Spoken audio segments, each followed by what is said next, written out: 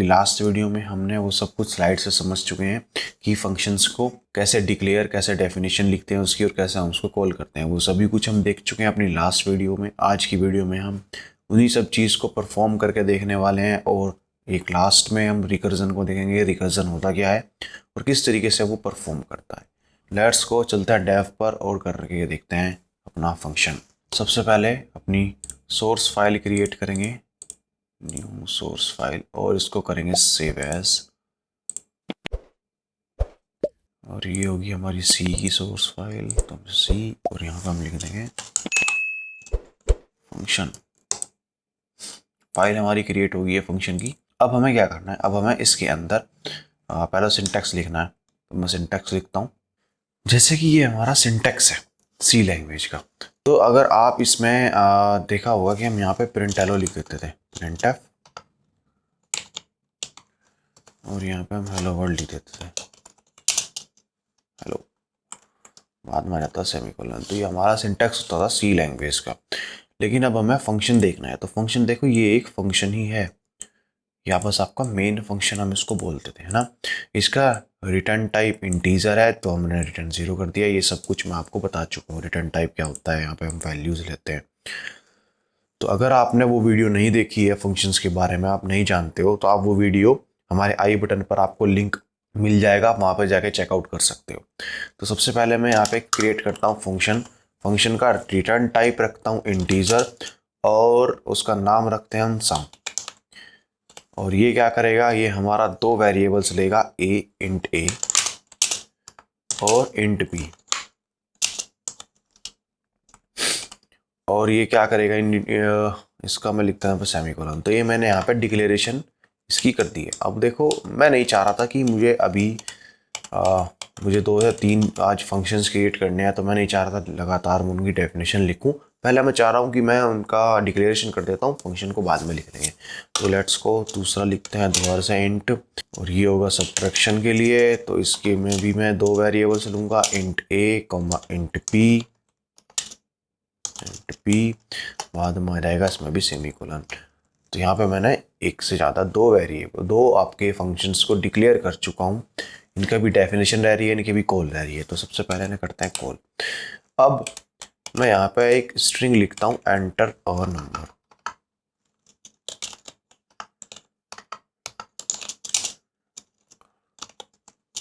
Value of ए। अब जैसे कि मैंने 2 उसके अंदर बोल दिया कि ए की एंटर और वैल्यू, एक बी की एंटर वैल्यू करो। अब उसके लिए मुझे पहले डिक्लेयर करना पड़ेगा। तो मैं यहाँ पे लिख देता हूँ int a is equal to, ठीक है, इंट ए मैंने यहाँ पे डिक्लेयर करा। या डिक्लेरेशन हम यहाँ पे भी सबसे ऊपर कर देते हैं, पहले डिक्लेरेशन कर देते हैं इंट एक्स कॉमा वाई, और यहाँ पर हम वैल्यूज भी एक्स कॉमा वाई की लेंगे ताकि कंफ्यूजन ना हो कि वो कहाँ पे जा रही है। और यहाँ पे हम लिख देते हैं स्कैनएफ। क्या आ रहा है हमारे पास, इंटीजर, तो हम उसके लिए लिखते हैं परसेंटेज डी, कॉमा लगाया। अब हमें वैल्यू लेनी है वो x के अंदर, क्योंकि x की वैल्यू आ रही है। और इसी तरीके से हम यहाँ पर y के लिए लिख देंगे, ठीक है। अब हमारे पास यूजर से इनपुट में 2 वैल्यूज आ चुकी हैं। अब उनका हम क्या करवाना चाहते हैं, जैसे कि हम उसका सम भी करवाना चाहेंगे, तो हम यहाँ पे इंट एक वेरिएबल डिक्लेयर कर देता हूँ मैं s के नाम से, s1, और एक और कर देते हैं s2, लगाते हैं सेमीकोलन, जाते हैं नेक्स्ट लाइन में s1 इज इक्वल टू, हमें कौन सा सम वाला फंक्शन कॉल करना है, तो हम सम ब्रैकेट के अंदर x कोमा वाई हम यहाँ पे पास कर देंगे और लगा देंगे सेमीकोलन। अब क्या हुआ है कि मेरे सम के अंदर x की y की वैल्यू भेज दी। अब x की वैल्यू a के अंदर चली जाएगी, y की वैल्यू आपकी b के अंदर चली जाएगी, और वो जो होगा अभी हमने डेफिनेशन फंक्शन की लिखी नहीं है, तो हम वो बाद में लिखेंगे। ऐसे ही मैं s2 भी लिख देता हूँ, s2 is equal to some, सब sub, और इसके अंदर भी हम x कोमा वाई हम यहाँ पर लिखने वाले हैं, x कोमा वाई। आप एक से ज़्यादा वेरिएबल्स भी आप यहाँ पर डिक्लेयर कर सकते हो, ठीक है। अब यहाँ पे हम उसका प्रिंट एफ कर देंगे, printf अब क्योंकि इंटीजर ही है तो हमें यहाँ पे फिर से परसेंटेज डी लगाना पड़ेगा, परसेंटेज डी बैकस्लैश n का भी यूज करेंगे और कॉमा लगा के यहाँ पे हम s2 दे देंगे, s1 दे देंगे। इसी तरीके से सेम हम एक और लाइन लिख देंगे, इसमें s2 कर देंगे। तो आई होप आपको ये सब कुछ समझ में आ गया होगा। हम यूजर से दो वैल्यूज़ इनपुट में लेंगे और उनका सम करा के s1 के अंदर रखेंगे, सम करा के सब्ट्रैक्शन करा के s2 के अंदर रखेंगे और उसके बाद हम दोनों को प्रिंट कर देंगे। यहाँ पे मैं थोड़ा सा स्ट्रिंग लिख देता हूँ ताकि हमें पता चल जाए, सम इज इक्वल टू और यहाँ पे आएगा सब्ट्रैक्शन इज इक्वल टू, तो हमें पता लग जाएगा कि कहाँ पे क्या वैल्यू आ रही है। अब हम फंक्शन से आ गए हैं बाहर, ठीक है। अब हम फंक्शन से बाहर आ गए हैं, हमने अपना मेन फंक्शन कंप्लीट कर लिया है। अब मैं चाह रहा हूँ कि अब मैं अपने वे फंक्शंस डिक्लेयर डेफिनेशन उनकी मैं लिख देता हूँ जो मैंने डिक्लेयर कर रखे हैं। तो सम की हमने जो लिखा था, अब हम यहाँ पे भी दोबारा करते हैं int sum a comma b, declare हमने ऊपर कर ही दिए थे। ओ सॉरी, यहाँ पे हम लिखते हैं ये, एक मिनट में चलो चेक कर लो, a कोमा b और हम यहाँ पे क्या कर देंगे, रिटर्न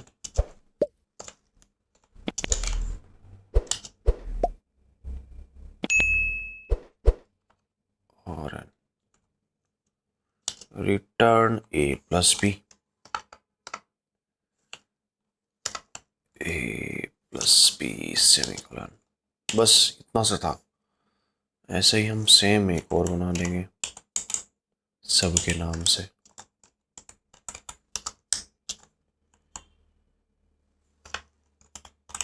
सम की जगह पर आ जाएगा सब,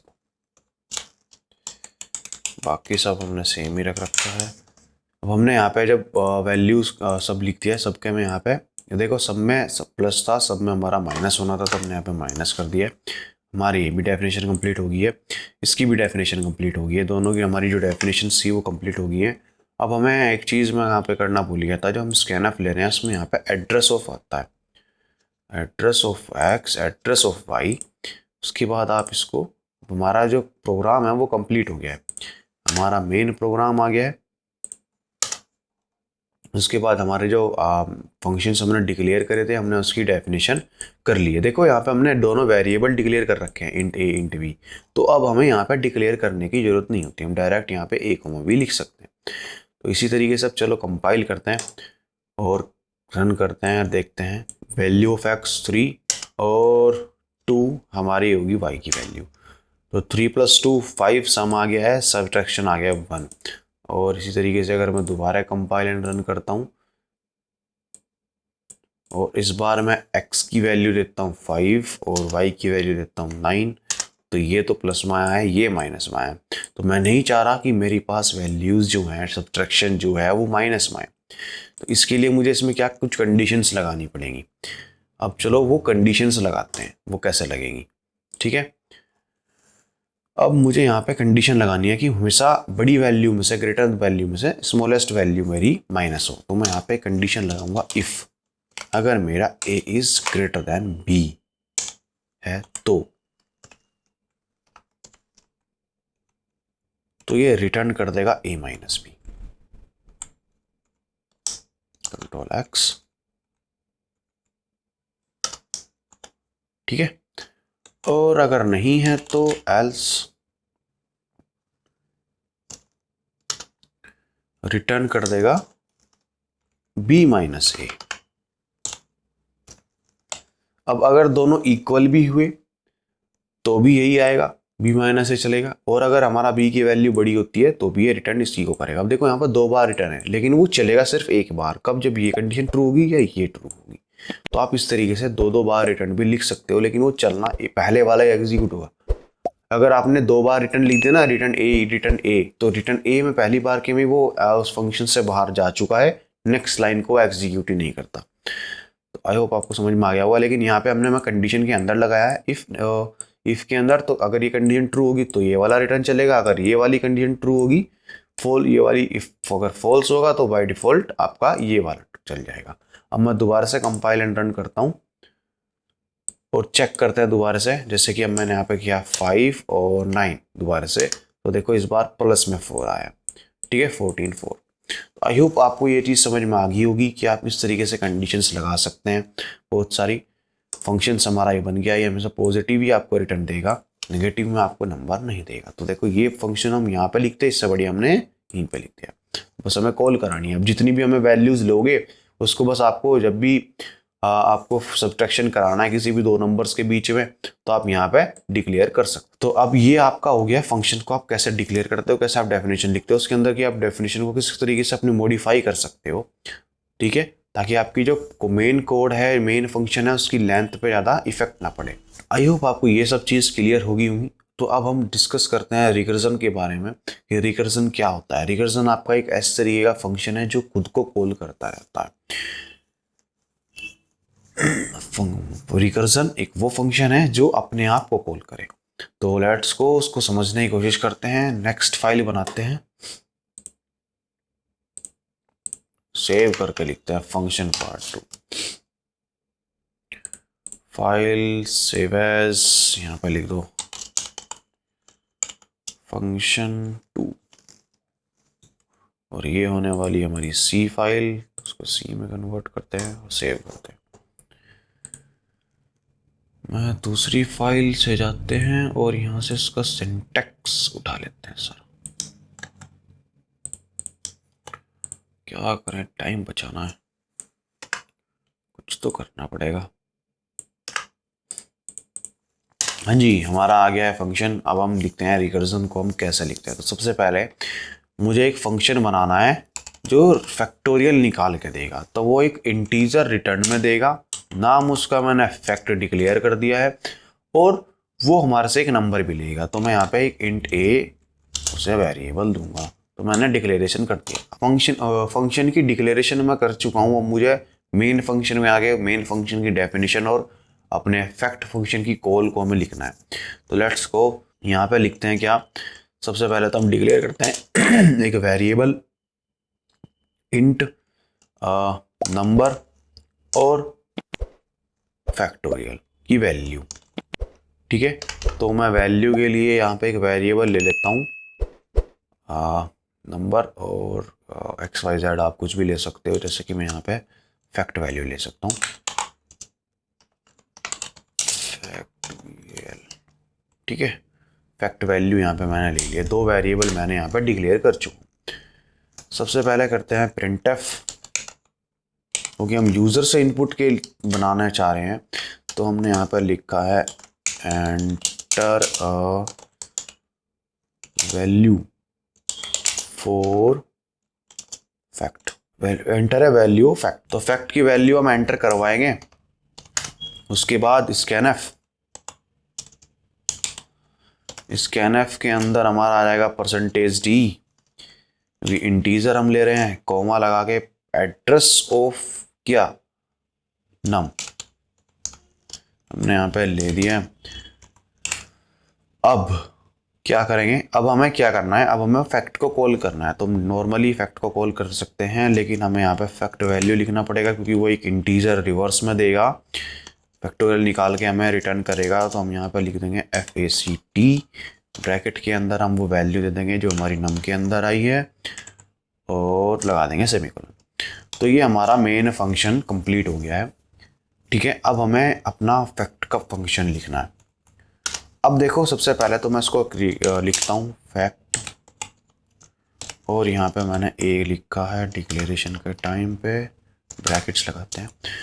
सबसे पहले मुझे उसको क्या बनाना है, अपना रिकर्जन बनाना है। फैक्टोरियल के क्वेश्चंस हैं, जैसे कि वो फैक्टोरियल होता है कि आपका, जैसे कि आपको 5 का फैक्टोरियल निकालना है, तो आप उसमें करते थे 5 इंटू 4 इंटू 3 इंटू 2 इंटू 1।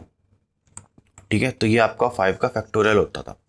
इसी तरीके से हमें यहाँ पे करना। अब हमारे पास मान सपोज करो 5 आए, तो 5 का फैक्टोरियल इंटू 4। अब 4 कहाँ से आएगा, नेक्स्ट वैल्यू से। तो हम पहले लिखते हैं रिटर्न। रिटर्न हमें करना है फैक्ट ए इंटू इंटू, अब a माइनस वन तो हम करेंगे नहीं, लेकिन हम क्या कर सकते हैं, फैक्ट को ही कॉल कर सकते हैं। तो यहाँ पे हमने फैक्ट को कॉल किया और मैंने यहाँ पे लिख दिया a माइनस वन। तो इस बार दोबारा से कॉल हुआ फैक्ट, और फैक्ट के अंदर a माइनस वन वैल्यू जाएगी। ठीक है, तो ये प्रोसेस आपका चलता रहेगा। कब तक चलता रहेगा, ये इनफाइनाइट तक चलता रहेगा, क्योंकि आपने कोई ऐसी कंडीशन इसमें लगाई नहीं है ताकि ये रुक सके। अभी पहले तो प्लस में चलेगा, फिर जीरो होगा, फिर माइनस में चलेगा, आउटपुट आपको जीरो मिलने वाला है, क्योंकि आप मल्टीप्लाई करते जा रहे हो। तो इस चीज को रोकने के लिए हम यहाँ पे कंडीशन लगा सकते हैं, इफ अगर हमारा a की value is equal to one हो जाती है, जैसे माइनस होता जा रहा है, जब वन होगी तो फैक्टोरियल अपने आप को कॉल करेगा, तो उस टाइम पे क्या होगा, रिटर्न होगा एक वैल्यू, और रिटर्न होके वो वन को रिटर्न कर देगा। ताकि अब हम यहाँ पे देखो उसको फैक्ट को कॉल नहीं करेंगे, क्योंकि हमें फैक्ट रोकना है, अब रिटर्न होना स्टार्ट होगा वहां से। तो लेट्स गो, अब देखते हैं। ठीक है, रिटर्न वैल्यू वन आ चुकी है। वन जैसे वन होगा, यहाँ पे आई की वैल्यू वन हुई, तो इसने फैक्ट का रिटर्न वन, वन इंटू, फिर यहाँ पे टू था पहले, इस वैल्यू की वैल्यू वन आ गई है रिटर्न हो गया। ठीक है, ए की वैल्यू अगर यहाँ पे टू होगी तो टू माइनस वन को कॉल करा, उसने वन को रिटर्न किया, वन जैसे ही आपको वन को रिटर्न किया तो वन इंटू टू टू, अब टू फिर पहले वाले के पास जाएगा जहाँ से पहले वाला फंक्शन कॉल हुआ था, तो two into three, three into four, इस तरीके से आपका 120 आंसर आ जाएगा। इसका इज इक्वल टू 120 होता है फैक्टोरियल, अगर आपने निकाला हो तो 5 का फैक्टोरियल। ठीक है, तो अब ये जो चीज़ है, अब हमारी वैल्यूज निकल जाएंगी और वो रिटर्न होके हमारा इस फैक्ट वैल के अंदर आ जाएगा। तो क्या ये सही से रन करेगा, चेक करते हैं, एग्जीक्यूट करते हैं। सबसे पहले कंपाइल एंड रन, ठीक है, रन करते हैं, कंपाइल हो गया हमारा। Enter value of fact, fact की वैल्यू मैंने करी है 5, एंटर, और इसने हमें कुछ नहीं दिया है, क्योंकि हमने यहाँ पे फैक्ट की वैल्यू तो ले ली थी और उसको प्रिंट नहीं कराया था। printf %d कोमा, और यहाँ पे हमें लिखना था फैक्ट वैल, बाद में आएगा सेमीकोलन। करते हैं कंपाइल एंड रन दोबारा से, फैक्ट की वैल्यू 5, एंटर, 120 हमारा आउटपुट में आ चुका है। तो आई होप आपको ये सब समझ में आ गया होगा कि फैक्ट की वैल्यू कैसे हम निकालते हैं। ये आपका रिकर्जन कंप्लीट हो चुका है। अब आपको जो टास्क है वो ये है कि अगर मैं आपको एक वैल्यू दूं और उसको आपको सम निकालना है, मतलब कि जैसे कि अगर मैंने यहाँ पे 5 किया है तो आपको आप मल्टीप्लाई की जगह पर प्लस करना है। ठीक है, तो वो क्या आएगा आपको ये बताना है। तो आई होप आपको समझ में आ गया होगा, बस यहाँ पे प्लस का साइन करना है, लेकिन यहाँ पे भी कुछ कंडीशंस चेंज करनी है। यहाँ पे 1 की जगह पे रिटर्न 0 होना चाहिए, क्योंकि अब यहाँ पे 0 आएगा, क्योंकि आप 0 को ऐड कर सकते हो। तो आज की वीडियो में हम इतना ही रखते हैं। हमने रिकर्जन डिस्कस कर चुके हैं, रिकर्जन की हेल्प से हम फैक्टोरियल निकाल चुके हैं। अब आपको और भी अगर क्वेश्चंस करने हैं तो आप इसी तरीके से कॉन्सेप्ट बना सकते हो।